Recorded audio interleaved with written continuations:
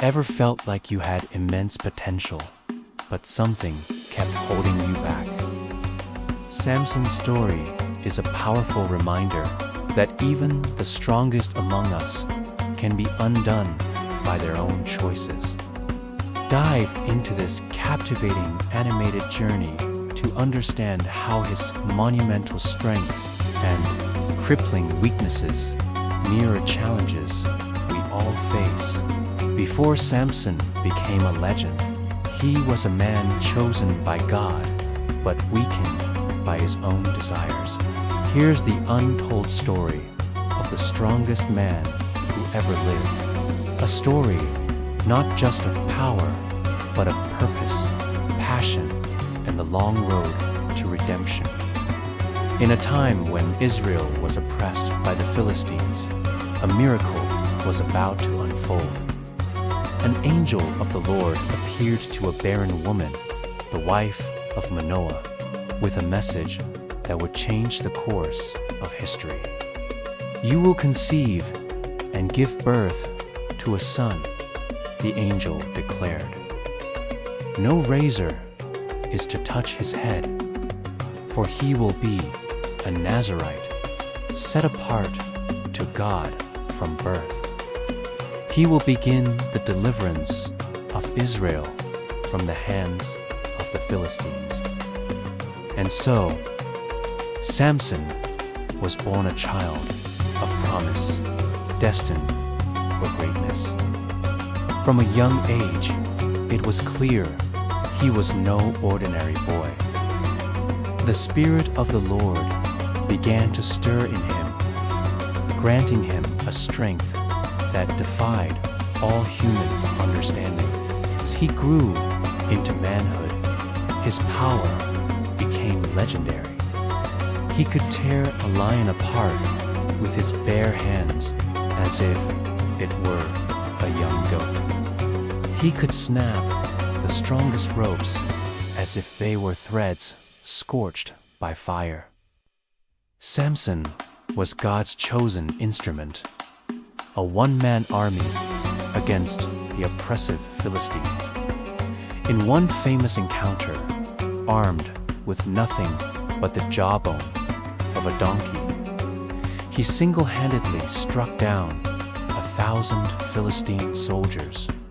The people of Israel marveled at his might, and for 20 years he judged Israel, a symbol of divine power and a protector of his people. His strength was a gift, a sign of a sacred vow to God. As long as he remained faithful to his Nazarite vow, never cutting his hair, his power was seemingly limitless. But with great strength came a great weakness, not in his muscles, but in his heart. Samson was a man of immense passion, and this passion often led him down a dangerous path. He was drawn to women who did not share his faith or his calling, a weakness the Philistines were eager to exploit. They saw that his heart, not his body, was his true vulnerability. This led him to the valley of Sorek and to a woman named Delilah. The lords of the Philistines saw their chance. They approached Delilah with an irresistible offer: entice him and find out the secret of his great strength and how we can overpower him. They promised her a fortune in silver for her betrayal. 3 times Delilah tried to uncover his secret, and 3 times Samson deceived her with lies.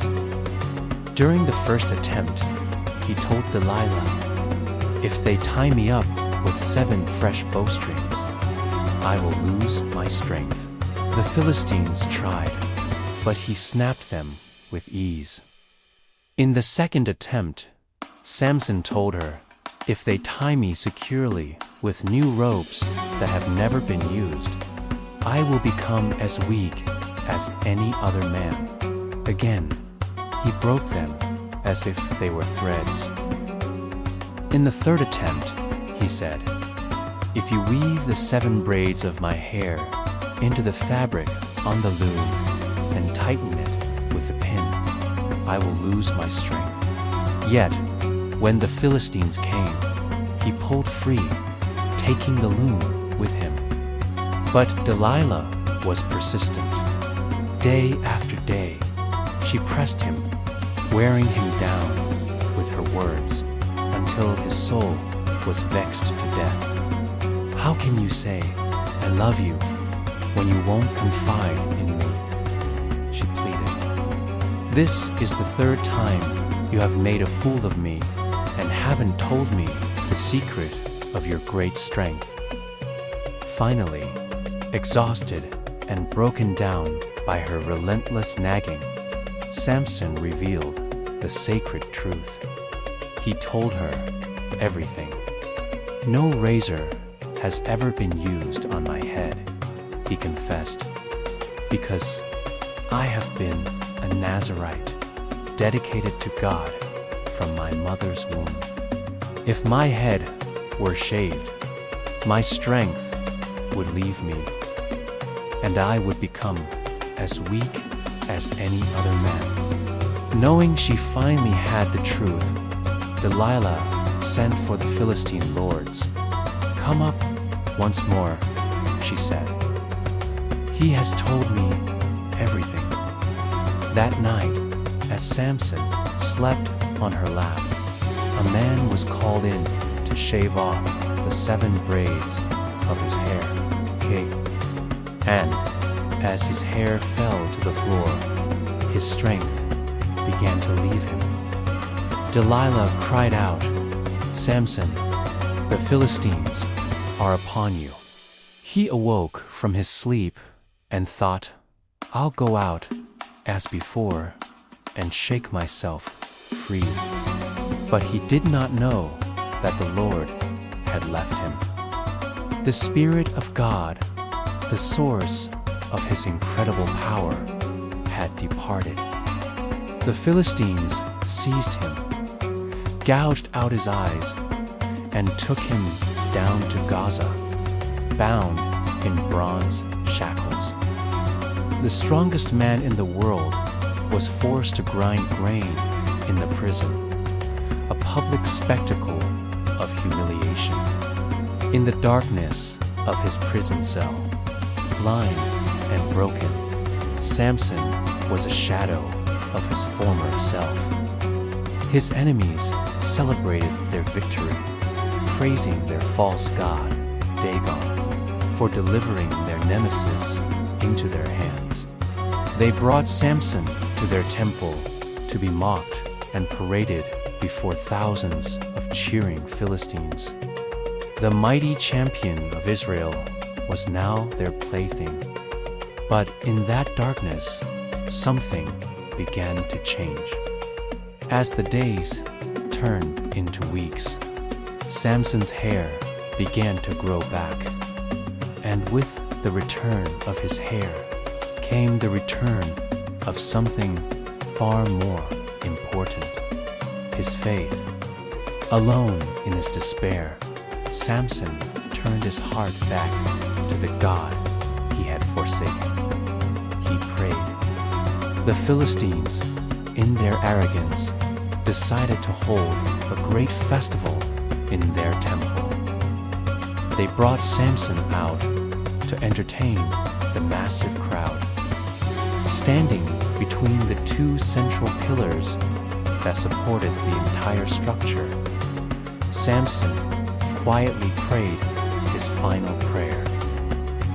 "Sovereign Lord," he whispered, "remember me. Please, God, strengthen me just one more time, and let me, with one blow, get revenge on the Philistines for my 2 eyes." With a renewed sense of purpose, Samson placed his hands on the 2 pillars. "Let me die with the Philistines," he cried out. He pushed with all his might. The pillars gave way, and the temple came crashing down, burying the Philistine rulers and the thousands of people inside. In his death, Samson defeated more of his enemies than he had in his entire life. Samson's story is a powerful reminder that our greatest strengths can often be accompanied by our deepest weaknesses. He was a man chosen by God, yet he stumbled and fell. But even in his lowest moment, blind and captive, God heard his prayer. His final act wasn't just one of revenge, but one of redemption, fulfilling his lifelong mission to begin the deliverance of Israel. It teaches us that no failure is final. God's purpose for our lives is greater than our mistakes. Even when we fall short, if we turn back to Him with a humble heart, He can still use us to accomplish incredible things. Samson's strength wasn't just in his muscles. It was in his ultimate reliance on God. And that is a strength we can all find. Thank you for watching. If this story inspired you, please like this video and subscribe to our channel for more stories of faith and redemption. Remember, your story isn't over yet.